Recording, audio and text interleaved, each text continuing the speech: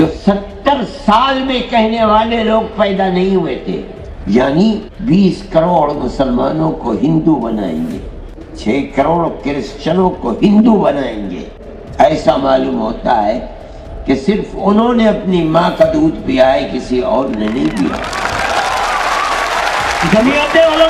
दोस्तों, जिस तरीके से एक मोहन भागवत का बयान आया, जो आरएसएस के चीफ है, आरएसएस के मुखिया हैं, उन्होंने अब ऐसा बयान दे डाला है जिससे तमाम राजनीतिक पार्टियां जो है वो अलग अलग राजनीति तो कर ही रही है, लेकिन उसी में अब मुसलमानों का गुस्सा जो है वो चौथे आसमान पर जाता दिख रहा है।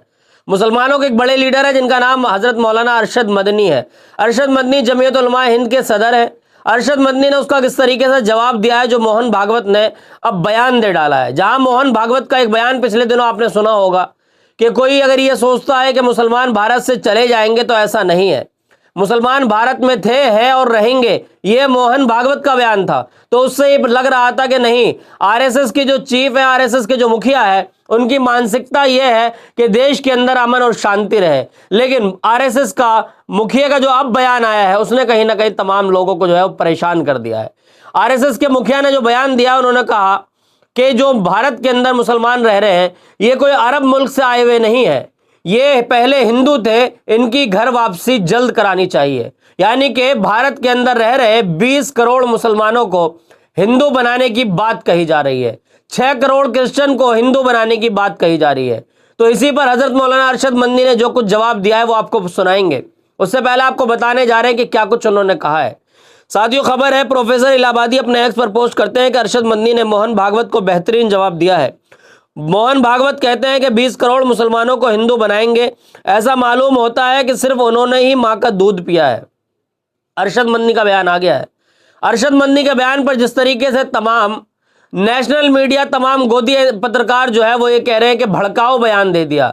लेकिन ये सोचिए कि भड़काऊ बयान ही समझ लीजिए, इसकी शुरुआत कहां से हुई। अगर मोहन भागवत इस तरह का बयान नहीं देते तो जवाब देने की जरूरत ही नहीं पड़ती।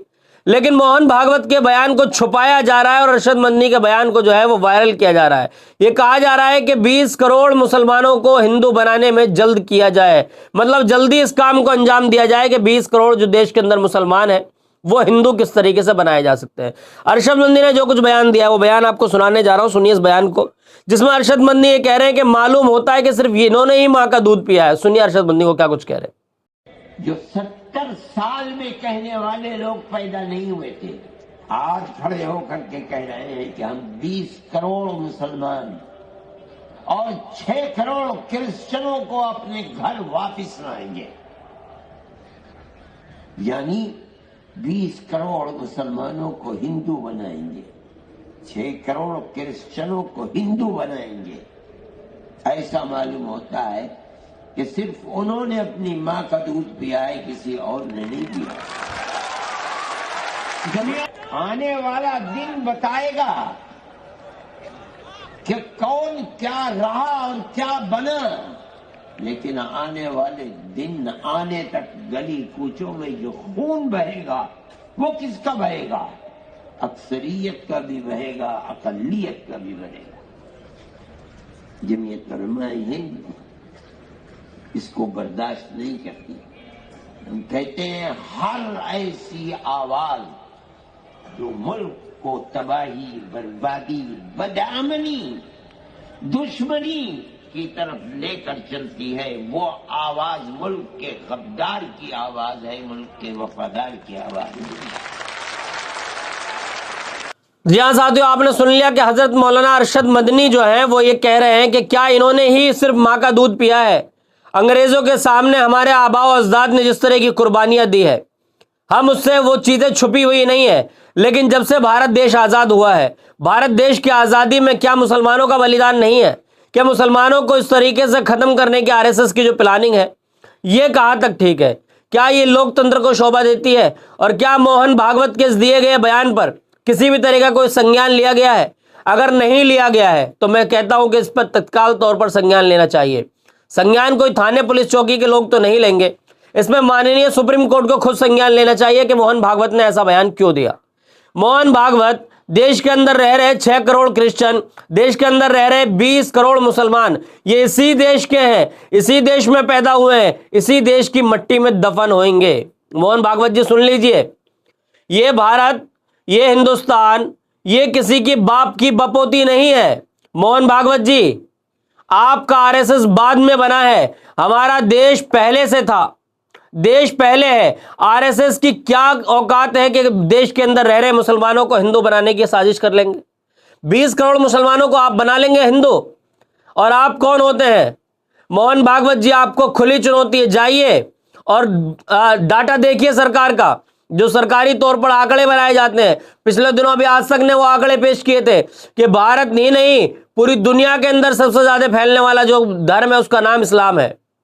भारत के अंदर सबसे ज्यादा तेजी से बढ़ने वाले धर्म का नाम इस्लाम है।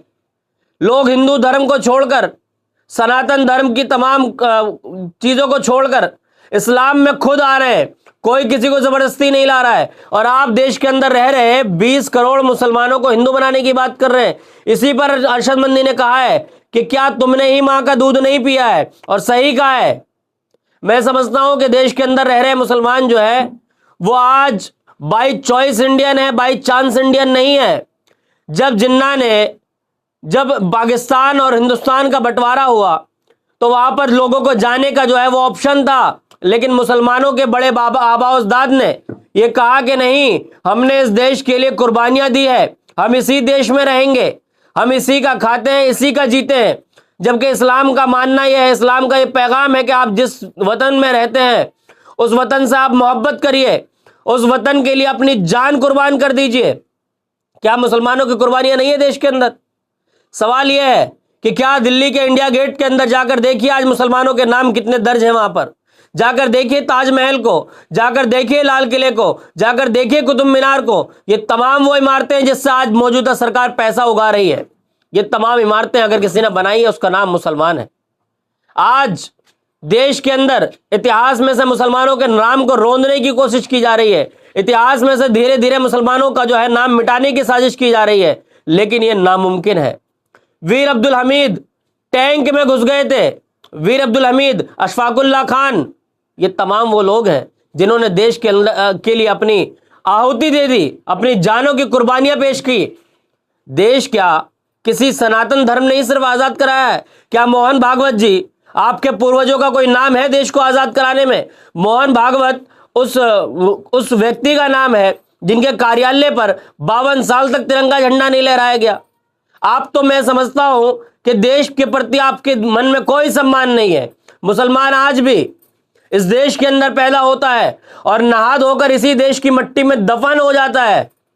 मुसलमानों की मोहब्बत का सबूत आप मांगेंगे कि क्या मुसलमान को कितनी मोहब्बत है?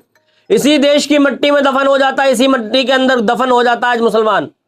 लेकिन मुसलमानों को आप हिंदू बनाने की बात कर रहे हैं। अरशद मंदी जैसे एक दो नहीं, लाखों करोड़ों मुसलमान ऐसे हैं जो आज भी अगर इस देश को खून की जरूरत पड़ेगी तो शायद सबसे पहले मुसलमानों के नाम आज भी खड़े होंगे। आज जिन इमारतों से पैसा कमा रही है सरकार, जो आज अजूबे कहे जाते हैं भारत के, उन तमाम अजूबों को बनाने वाले लोगों का नाम क्या है? जाइए, देखिए, उठाइए और पढ़िए हिस्ट्री को, पढ़िए इतिहास की किताबों को, पता चल जाएगा कि मुसलमानों ने इस देश के लिए क्या कुछ किया है। मुसलमानों ने हमेशा छाती पर गोली खाई है। आपको याद होगा, इतिहास में आपने पढ़ा होगा मोहन भागवत जी कि जब गोलियां चलाई गई थी उस वक्त में यह कहा गया था कि मुसलमान जो है वो पीठ पर गोली खाकर भाग रहा है। तो उस वक्त किसी ने यह कहा गया था कि कई दिन तक पोस्टमार्टम चला, लेकिन पोस्टमार्टम में 76 पठानों की जो है वो लाशों का पोस्टमार्टम हुआ, लेकिन सभी की गोलियां जो है वो सीने पर लगी थी। यह है मुसलमानों का इतिहास। रंगून की जेल में किस तरीके से मुसलमानों के साथ किस तरीके से जुल्म किया गया। बहादुर शाह जफर के सामने मुसलमानों के, बहादुर शाह जफर जो बादशाह थे, उनके सामने रंगून की जेल में अंग्रेजों ने जब उनके बेटों का सर लाकर दे दिया, उस वक्त भी वो नहीं झुके। इसी देश के लिए माल्टा की जेल में मौलाना महमूदुल हसन गंगोही रहमतुल्लाह अलैह रहे। इसी देश के लिए तमाम मुसलमानों ने इस तरह की कुर्बानियां दी। आज मुसलमानों को मिटाने की बात की जाती है। आज कहा जाता है कि घर वापसी की जाएगी। कोई घर वापसी नहीं होगी। भारत देश मुसलमानों का था, है और रहेगा। भारत के मुसलमान थे और है और रहेंगे। मुसलमान हो, हिंदू हो, सिख हो, क्रिश्चियन हो, ईसाई हो, ये तमाम वो लोग हैं जो भारत की जिनके पास नागरिकता है, जिनके बड़े, जिनके बाप दादा इस देश के अंदर पैदा हुए, वो यहीं के हैं, यहीं रहेंगे, कहीं नहीं जाने वाले हैं। ये मोहन भागवत का ये बयान अनर्गल बयान है, बिल्कुल इसकी खंडन, इनकी जो है निंदा होनी चाहिए। इनके बयान का हम खंडन करते हैं, हमारा चैनल खंडन करता है। लेकिन मोहन भागवत जी, आप ये दिमाग में डाल लीजिए कि आप इस तरह के बयान देकर सिर्फ और सिर्फ अपनी जो है वो राजनीति चमका रहे हैं कहीं ना कहीं। मोहन भागवत जी, आपको ये पता होगा कि देश का मुसलमान उस व्यक्ति का नाम है जिसके बिना ना कोई राजनीति होती है, ना कोई संगठन चलता है, ना कोई टीवी चैनल उसकी शक्ल दिखाता है। जब तक मुसलमान का नाम नहीं लेंगे, आपकी रोटियां हजम नहीं होगी। इससे साफ पता चलता है कि मोहन भागवत देश की जो है सभ्यता को, देश की आपसी भाईचारा को खत्म करने की बात कर रहे हैं। तो एक बात मुझे याद आ रही है, एक लाइन है।